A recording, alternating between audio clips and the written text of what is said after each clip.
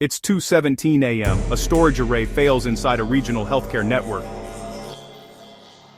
No one gets paged. An autonomous infrastructure unit isolates the fault domain, replaces the failed component, validates backup integrity, logs compliance in real time. By 7:45 a.m. the CIO receives a summary. No backlog, no escalation bridge, no fatigue factor.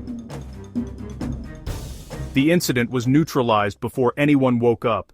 The board doesn't debate philosophy, they run the math.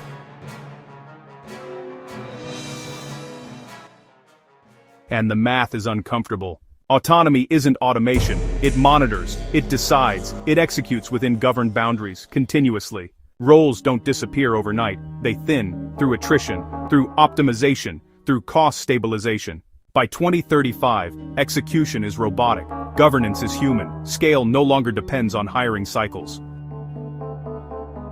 And reliability becomes more valuable than experience. The machines didn't seize control, they were given it, because financially, it made sense.